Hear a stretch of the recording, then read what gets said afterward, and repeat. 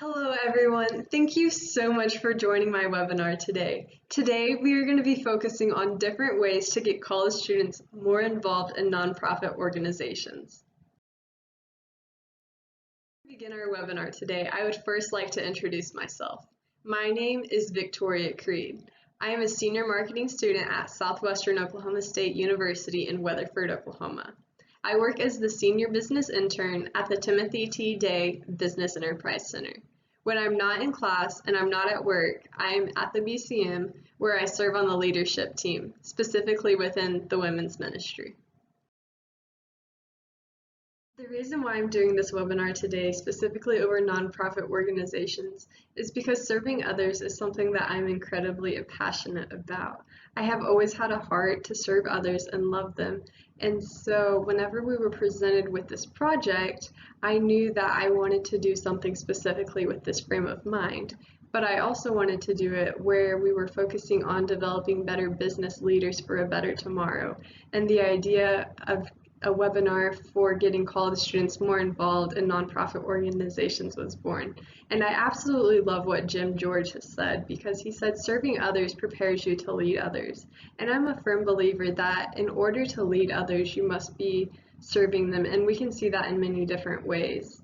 And as we will see throughout the webinar, there is incredible value of having college students involved in nonprofit organizations, not just for a college student, but as the organization itself. My client for this webinar is Campus Compact. Oklahoma Campus Compact, or OKCC, is an organization of Oklahoma colleges and university presidents who strive to advance the public purposes of higher education. Established in 2000, OKCC currently represents 37 public and private institutions of higher education in the state. They provide leadership, networking, and professional development, as well as technical assistances to campuses and communities in academic, service learning, and community-based learning, civic engagement, and community service. OKCC joins Campus Compact's national office in 35 state network offices throughout the United States and working to strengthen the capacity of our member colleges and universities to prepare students for a life of engaged citizenship through involvement in community service and learning. I want to take a moment now to introduce you to the amazing and wonderful Lindsay Eccles. She is the Executive Director of Campus Compact and the Director of Student Affairs and Diversity with the Oklahoma State Regents for Higher Education. I had the joy and honor of interviewing her. One of the questions that I asked in the interview was how she has seen consumer behavior change. And she said one way that she has seen consumer behavior change drastically is from the pandemic. The pandemic has made it really challenging for students or any volunteers to serve in nonprofit organizations. She said the need for volunteers is still very present, but learning how to have volunteers come in and serve without actually allowing people to be present and be there has been an incredible challenge. So really what the challenge has become is learning how to change with this change in consumer behavior in the midst of a global pandemic. Consumer behavior is a critical part of operating any type of business successfully. We must keep in mind that consumer behavior involves more than just behavior. It involves thinking and feeling with the behaving events that ultimately make value. One really cool success story that I've seen comes from a group of university students at the University of Pennsylvania. They got together, 3 college students got together to think of different ways to be involved and serve, but to do it from a distance. These 3 college students ended up creating this online platform called Corona Connects. You can find more information on it at coronaconnect.org. And in this platform, they have over 170 volunteer categories that range from tutoring to food delivery to supporting the elderly. It's really cool. HispanicOutlook.com wrote in an article that within just 2 months, this Corona Connect platform grew to the point where they had nearly 3,000 volunteer opportunities that is spread across the United States. A little bit of time now talking about value. Value is how a person assesses the worth they get from something or from a certain activity. In other words, value is what you get minus what you give. There are two different kinds of value that are used. There's utilitarian value and then hedonic value. Utilitarian value is the gratification derived from something helping you to accomplish a task or solve a problem, whereas hedonic value is the immediate gratification that comes from doing some activity. You may be asking, okay, how does this apply to nonprofits? This is so important to nonprofits because if we don't value something, we generally do not care about it and we won't be interested in it. So value is the first step of getting college students more involved in nonprofits. College students must perceive that serving is the value of them. Of course, this is easily understood in the latter portion of the equation.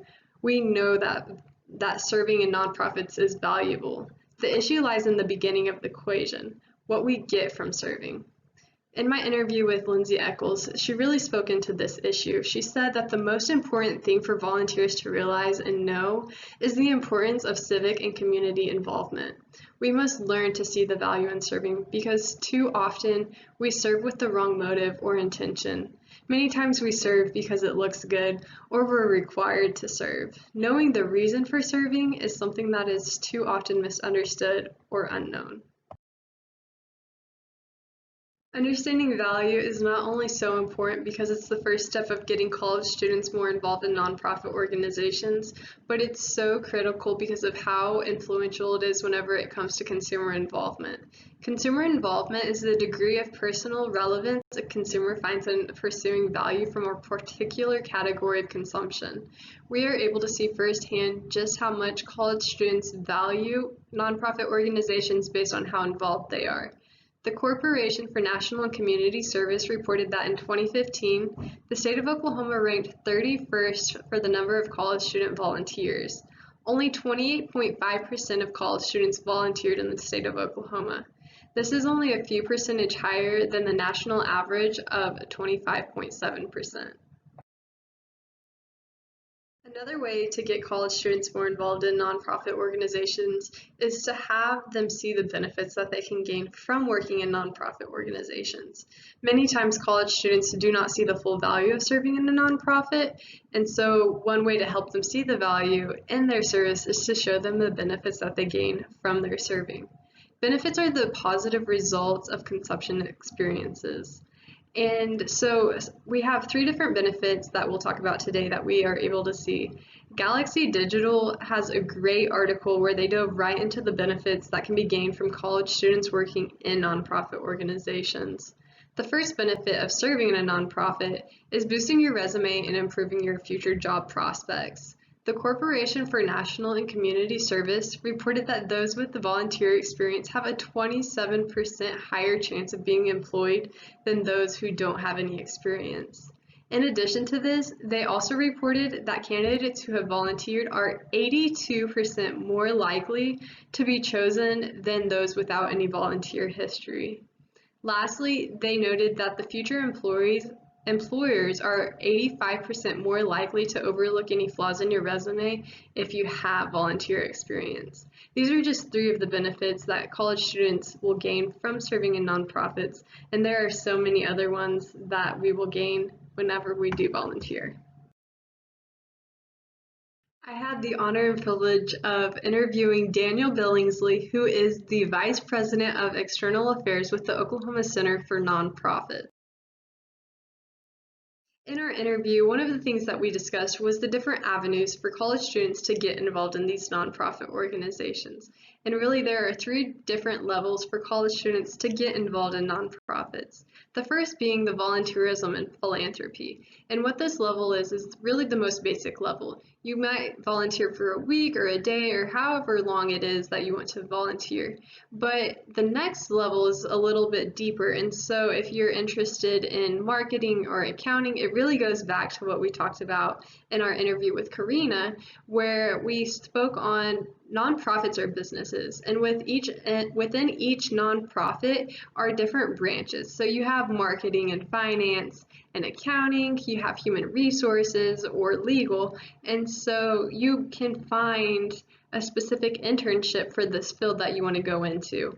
which leads into the deepest avenue for a college student. It's preparing you for the workforce. So if you want to go into marketing for a nonprofit, the volunteering within the nonprofit is such a wonderful avenue to get your foot in the door. Emotions are highly important whenever it comes to marketing and telling a story. Maya Angelou summed it up perfectly when she said, "People will forget what you said. People will forget what you did, but people will never forget how you made them feel." In remembering this truth by Maya Angelou, we are able to use this whenever we are trying to get people to behave in a certain way or take action. And so emotions are those specific psychobiological reactions to human appraisal. And there are specific emotions to tap into when you're trying to get someone to take action. We're able to see this play out in our own lives. I want you to take a moment to think about the most interesting or persuasive story or advertisement, even commercial, that you've ever seen. I would probably guess that most of them target the high arousal emotions rather than the low arousal emotions. So MediaCause.org speaks into this directly. They shared how if you want your organization to be remembered or shared, you must be able to leverage the physiological high arousal emotions, which are awe, excitement, anger, amusement, and humor, and not tap into the low arousal emotions of happiness and sadness. Low arousal emotions bring on the feeling of contentment. And contentment isn't a bad thing, it just simply isn't a driving force that will motivate people to take action.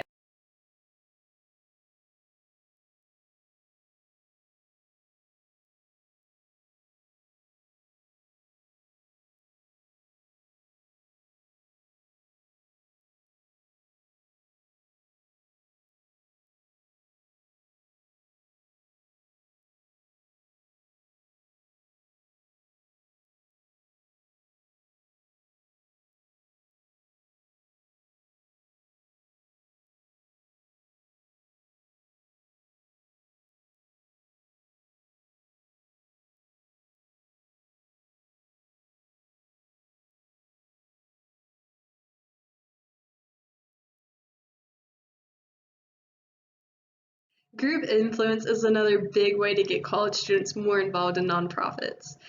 Group influence is the different ways in which group members influence attitudes, behaviors, and opinions of others within the group.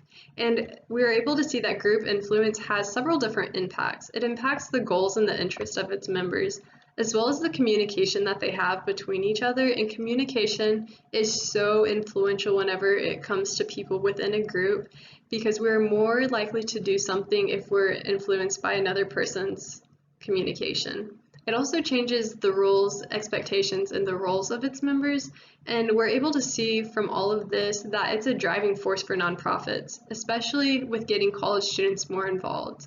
College students are more likely and inclined to participate in an activity if there are others they know who are doing the same thing. And this was something that all of my classmates said whenever I was talking to them about this project. They said, "I'm more likely to volunteer if I know someone or have a friend or a group of friends doing the same thing." Ben Painter wrote a riveting article on fastcompany.com where he expounds on the fact that more than 3/4 of entering college students feel that it's their duty to help others in need.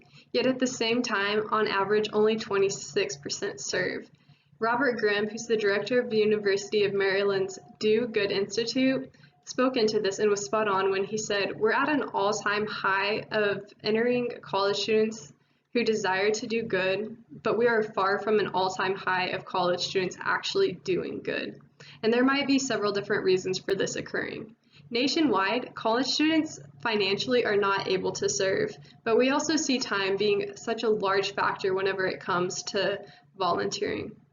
Service learning programs in college have become more popular in recent years, but many students still don't have that opportunity to serve that they do whenever you have these service learning opportunities. Very connected to the group influence is social power. And social power is the ability of an individual or a group to alter the actions of others. And we see this with the group influence. And social power is so very strong among college students. And we're able to see this really from looking at it from a FOMO standpoint, or the fear of missing out, because most people, not just only college students, but most people in general, are very concerned with having missed out on something. And so if they see other people getting the benefits from serving, or it really helping them, they're going to want to serve as well. And so along with the group influence, social power is so very important for nonprofits to really dig into and almost advertise for college students because of FOMO. Understanding the temporal factor will be of great benefit to nonprofit organizations in getting college students more involved. The temporal factor is the situation characteristics related to time. Hedonically motivated people are more likely to trade time for money, whereas the utilitarian motivated people are more likely to trade money for time. Just to refresh your memory, utilitarian value is the gratification derived from something helping you to accomplish a task or solve a problem, whereas hedonic value is the immediate gratification that comes from doing some activity.